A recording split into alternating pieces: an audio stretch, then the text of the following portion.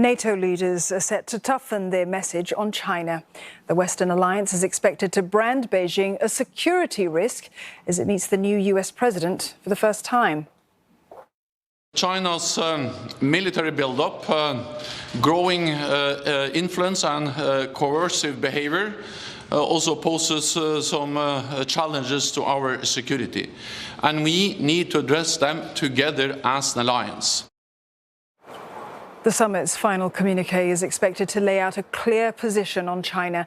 Concerns over security threats and human rights in Xinjiang and Hong Kong will be in focus. All this comes 24 hours after the G7 issued a joint statement slamming China's policies in these places. Beijing has accused the group of slander. Lucy Huff joins us live now for more on this. Lucy, tricky negotiations on China lie ahead.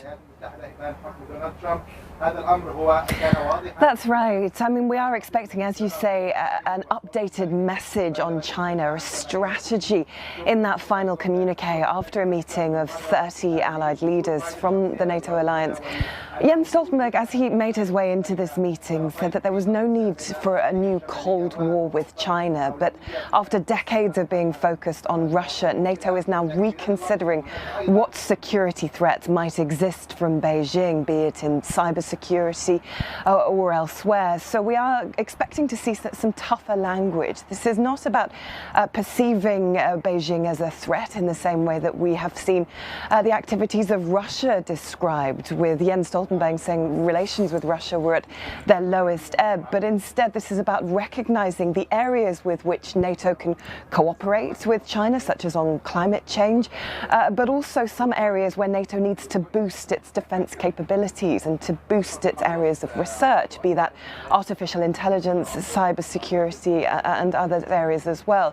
We know that this is an area that Joe Biden has expressed his support, but in terms of Europe, there is likely to be some differences in opinion. We know, for example, Germany is keen to protect its economic relationship with Beijing, and some countries such as Hungary are likely to diverge from that position laid out by Jens Stoltenberg entirely. But nonetheless, there is a recognition.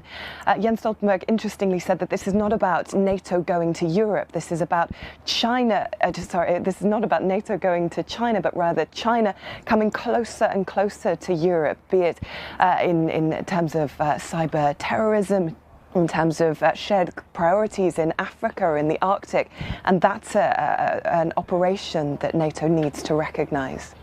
There certainly might be shared, sort of areas of collaboration between countries, but this summit is also a key test for the US president's efforts to restore US alliances, Lucy.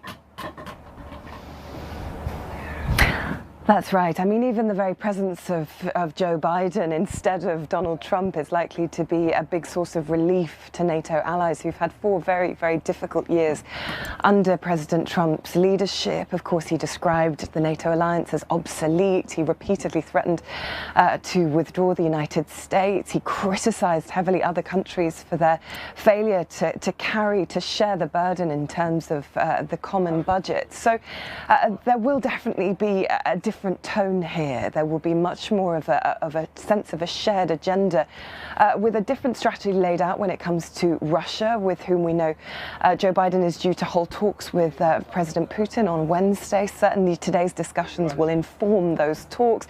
That new strategy on China in terms of what security threats it might face. But in other areas, there's the potential for some difficulty. We know that Joe Biden is still keen that other countries in Europe share or pick up more of the burden when it comes to NATO's common budget, and that that decision to withdraw all US troops from Afghanistan could be the source of some interesting discussions in terms of the implications for other European nations. So some interesting and potentially difficult discussions to come on that.